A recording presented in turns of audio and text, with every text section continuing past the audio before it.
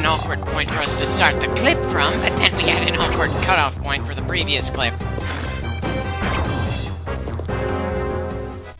Okay, so he's not getting his first kill before we even take control of him. That would have been a bit funny since that wouldn't have added any experience points for him.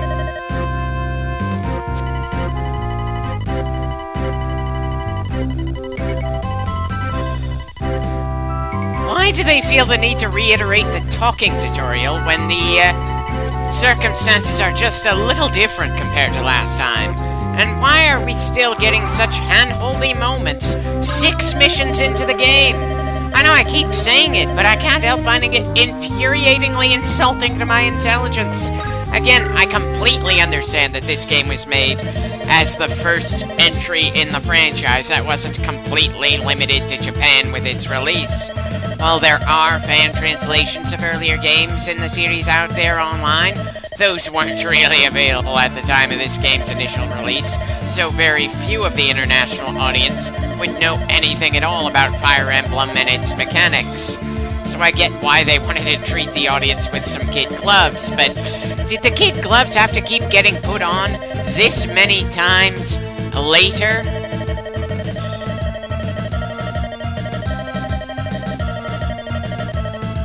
Well, I've seen far more meddlesome people over the years, so it's kind of hard to consider it an especially grating trait with her.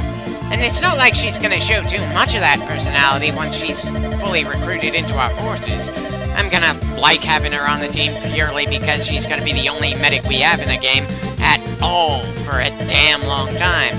I'm not gonna feel tempted to throw her out because her personality gets on my nerves, and I'm not gonna feel especially attached to her when someone comes along who can be a medic in a better way than she can. And I've got to say, that's going to be an issue in this franchise for a good number of games as I go from entry to entry. Despite the fact that the mechanic where someone gets taken down is lost forever, meaning you should get more attached to the various characters, I end up feeling more attached to the amount of missions I spent leveling them up and their overall utility on the battlefield.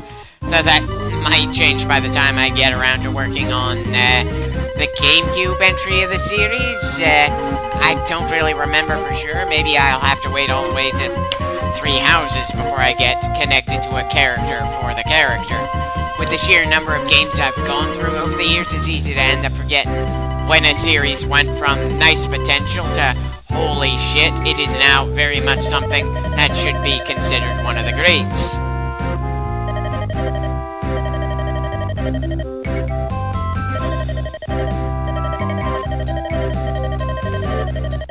Again, the way they convey information that is actually pretty useful around here is so poorly done, part of me feels it would be better to just skip it all. Definitely not a great sign of a tutorial if people just want to get it over with, instead of actually being entertained by it in its own right.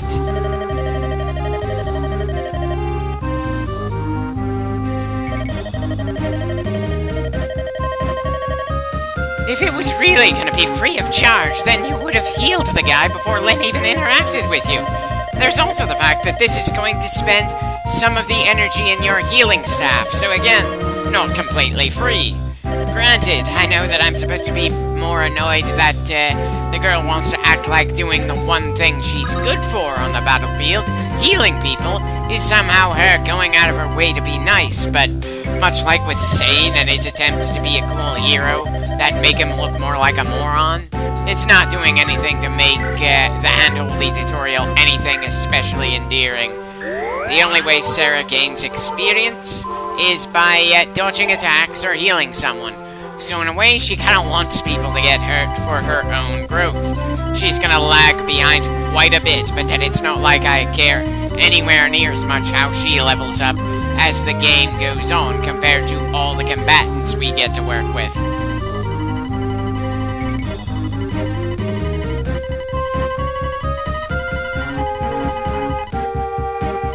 We're gonna be a lot more interested in healing staffs than any other kind around here. Can you really feel it is a test when you have absolutely no choice in the matter?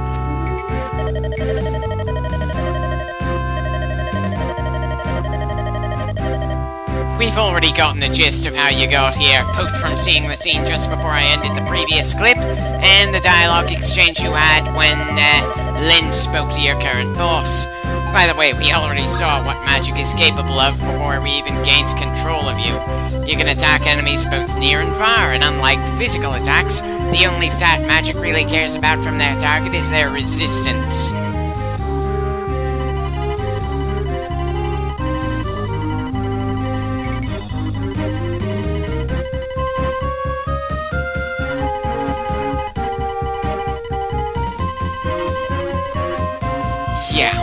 The only reason you'd want a mage to get up close and to an enemy is so they don't take an arrow to the face as the archer counterattacks them.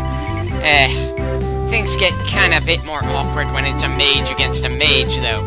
Doesn't look like that's gonna be an issue anytime soon, though, so, I'll save that for later. At least we had a choice of which bit of terrain we shot at the guy from, and we should be done with the handholdy parts of the mission from here. So, we're gonna be allowed to attack the enemy however we please, assuming nothing else pops up. Yeah, doesn't look like that archer is gonna be much of an issue for Florina anytime soon.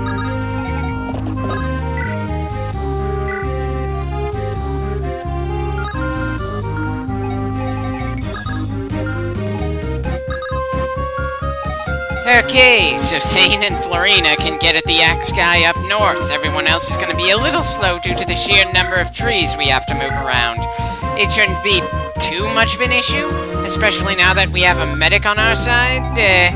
I wouldn't quite say it's a license to be stupid, but it's still a nice safety net so you aren't going to be downright crippled by any risky moves. You still have to think things through, but...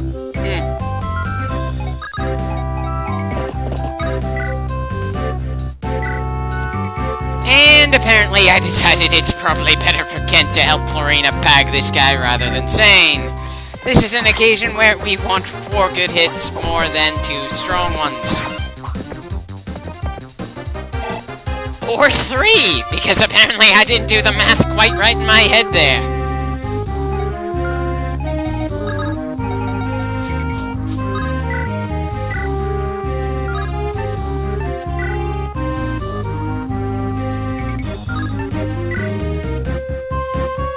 The odds could have been better.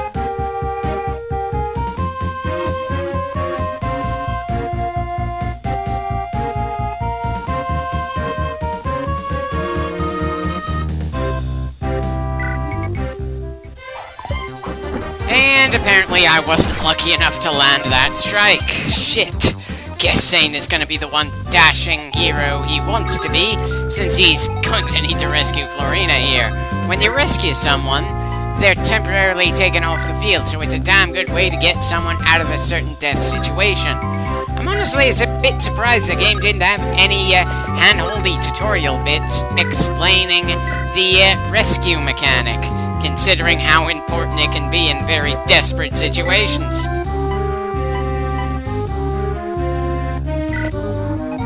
Maybe not the best idea to put her back on the field in the same turn she was rescued, but hey, I don't think the swordsman or axeman will be able to reach her from here.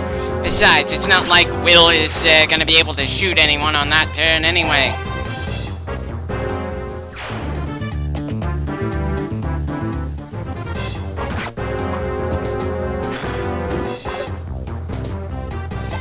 Right. Apparently, 57% just wasn't a great odd to attack with.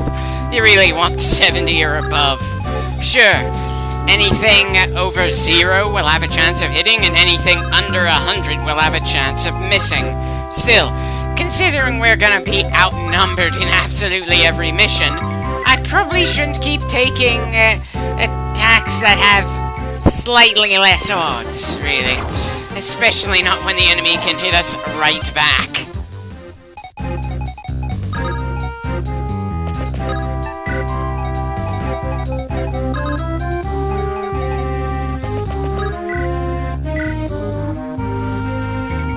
Still not great odds, but at least Lynn can survive more than 2 hits.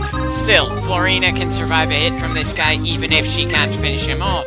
And Sarah is right there, so it won't take long for her to be healed after this anyway.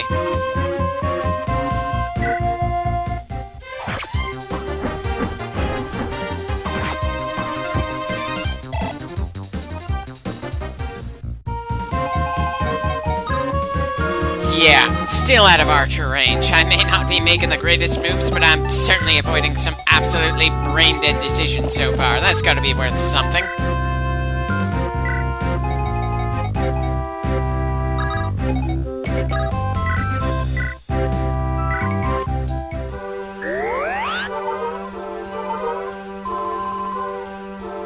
Just 1 point off from a full heal. Not that that really matters all that much.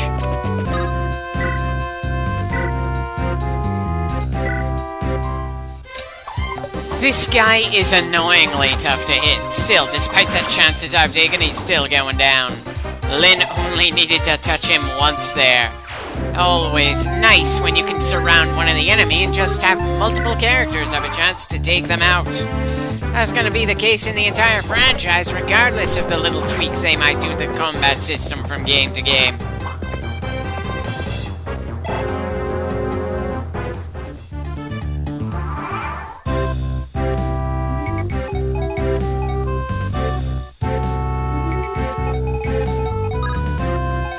Only one spot Florina can attack that axeman up there without being filled with arrows. Part of me feels like I'm just way too eager to throw our spear-using flyer against axes.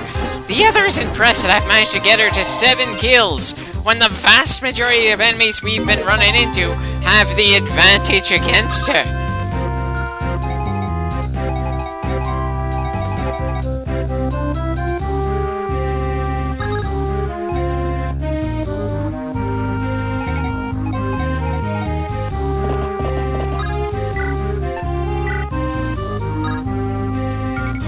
Pretty sure that Kent can take a few hits from an archer and a swordsman.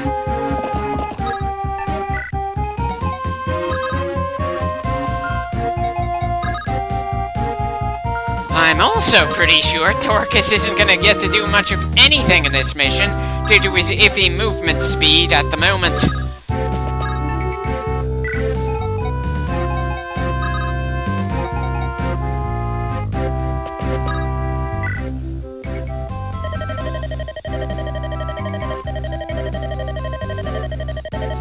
Yeah, we already got that.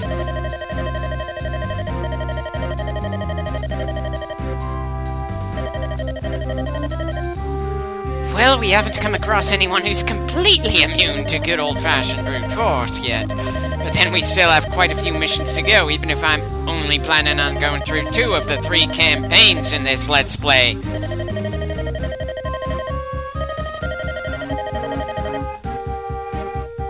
Old man, we've been doing reasonably well, even though I've been using a not-so-versatile member of the team pretty riskily so far.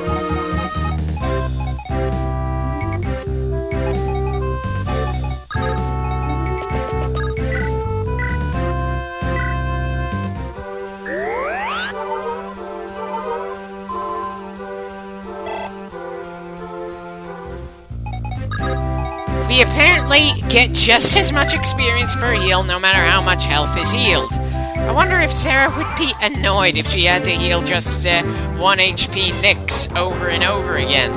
Not that that's usually something that healers would complain about in anime or video games of any genre. It's just that one of those random thoughts that zipped through my head at the moment.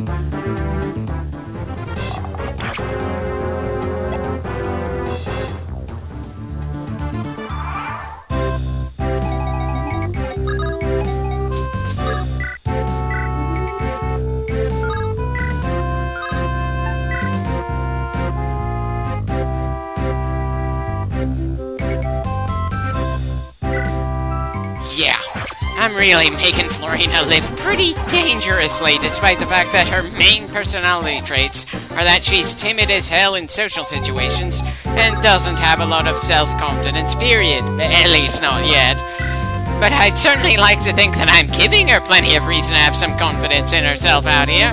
Not that she's anywhere near as good with a spear as Zane or Kent. And unfortunately, their ability to use swords as well really make them feel a lot more dangerous than the person who's literally able to fly. It's almost enough to make me wish that there was some more of an advantage for air units in this game than just pure mobility.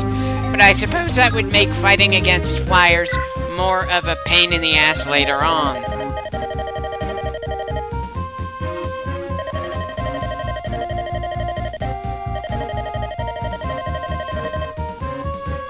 Sorry, but we haven't really needed to use that button to figure things out so far. I've got a fairly good handle on things.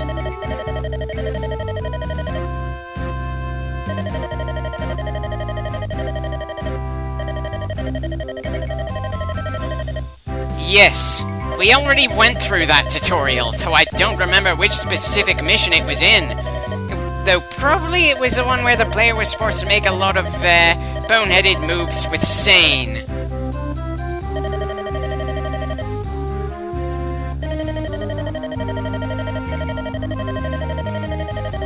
I'm sure it can. I'm just choosing not to use it as much, if at all.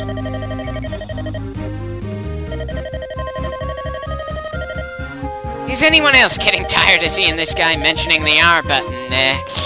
It's not really a matter of the game becoming less immersive when he does that. It's not like this game was trying all that hard to be immersive anyway. Still, it's hard not to be thrown off when a character in the game openly acknowledges buttons on the player's controller, especially when the game itself isn't trying to be any kind of fourth wall breaking comedy of some kind.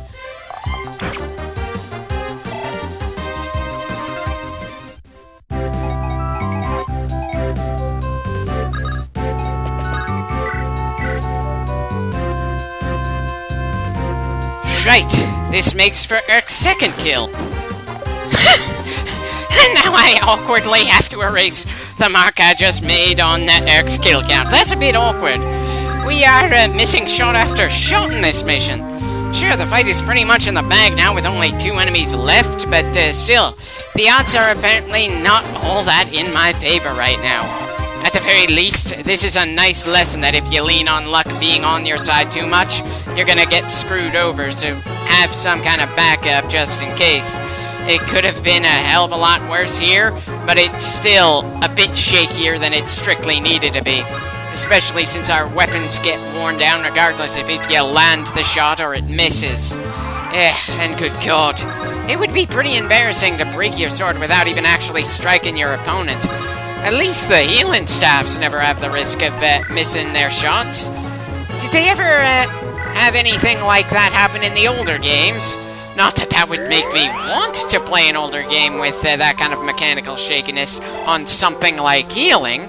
I would just find it funny. And good god, this mission is really making me dislike seeing a 6 on the left side of a number.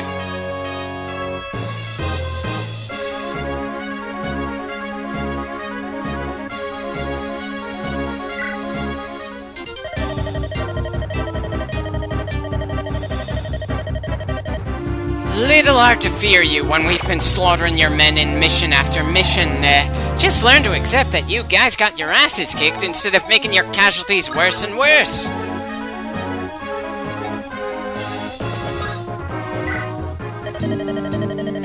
No harm in getting another iron bow, but I'm not all that tempted to get another hand axe or javelin. Mostly because I prefer my axe users and spear users to get up close and personal with iron weapons. I might not be using my tools to the best of their abilities, but I've gotten comfortable enough to be someone worth being cautious about around here. If only the game would do less when it comes to hand-holdy tutorials, I'd probably feel more confident in my abilities around here.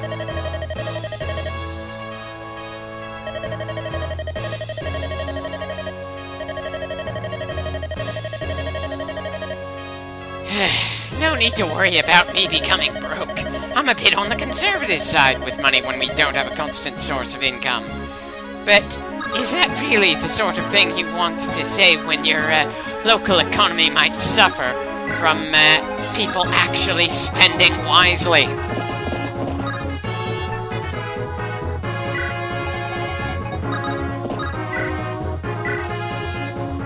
doesn't look like Kent's all that likely to get the kill, and I'm a bit shaky how much damage this guy can do to us. Still, 15% accuracy feels like something worth scoffing about.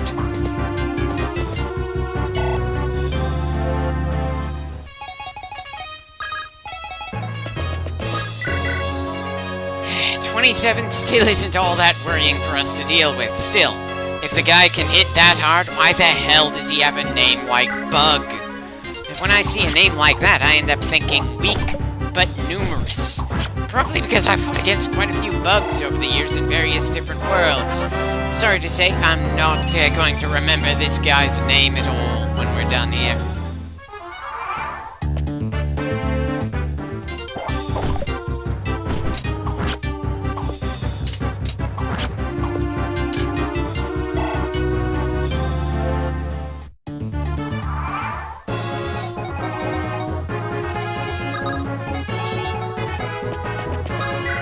Time to heal, Kent. Then we finish this thing. Not that he's got all that much to work with.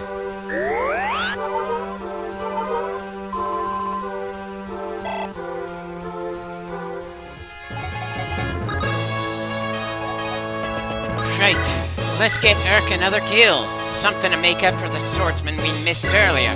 He's got 2 for his first mission, and the team as a whole has 49 so far.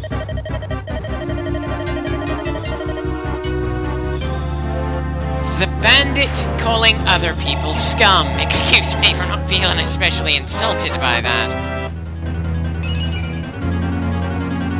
Not a great level up there, but not absolutely horrible either.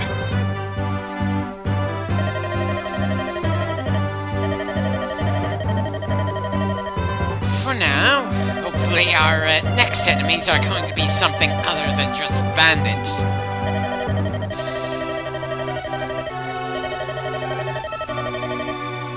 Well, it's no surprise that healing is amazing to the person who flings herself into battle after battle. Bit of a shame that this world doesn't have anything like a paladin that doubles as a combatant and healer. Oh, I severely doubt this is gonna be goodbye for Sarah, that's for sure.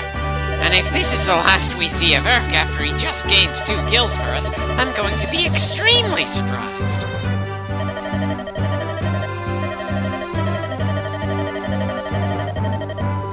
Make up your mind. Are you gonna compare women to beautiful plants or beautiful bugs? Now, maybe it's because I've never been a flirt in real life, but what's the difference between comparing a girl to a butterfly and comparing her to a wildflower, anyway? I've heard of wallflowers, but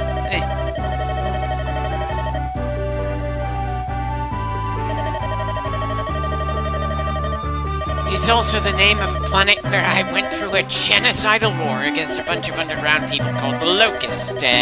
Not to mention the first name of the Queen of Blades. Not that those 2 facts mean anything to this conversation.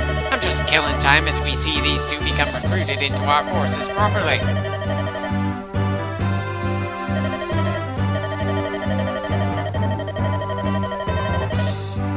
I don't think it's deviousness when she's going to help us on our way to getting Lynn to her grandfather. Not that we have any idea just how much power Lynn is going to have when she gets to the castle. She's only going there to meet with the only remaining family she has left, after all. Her uncle is the only one so far who seems to give a damn about how much power he'll gain in this conflict. And given how scummy he's been so far, I wouldn't be surprised if he was the one responsible for the bandits who slaughtered Lynn's tribe.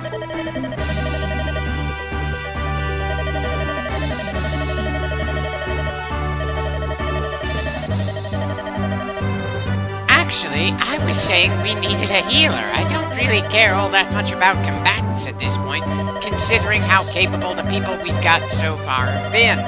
Still, nothing against Urk coming along with Sarah.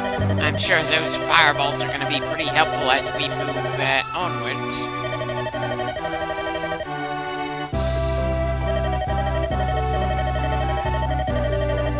That is a very weak objection there, Urk. If you're gonna try to say no to something your boss is very eager for, try to have a stronger argument.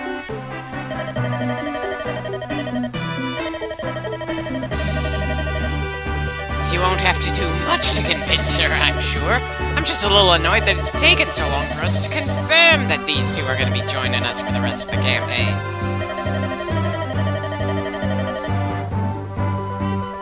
Girl, that probably says more about your lack of imagination than the quality of the rewards you're possibly going to see when this is all said and done.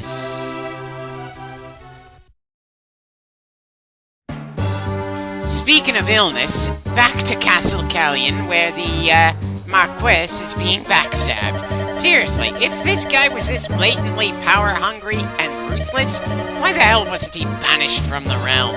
Considering how common this style of inheritance bullshittery is in stories, I'm pretty sure it should be one of the first things any prince would be taught before they ascend to a throne. I'm also pretty sure that the soldier serving Kalen should not be so eager to work with the guy who's blatantly killing his own brother, especially when said brother isn't dead yet.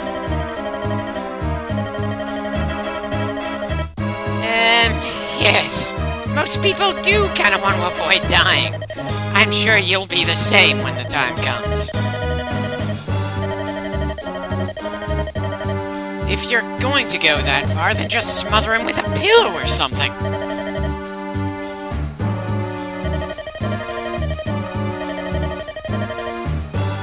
I don't think you have a choice anymore.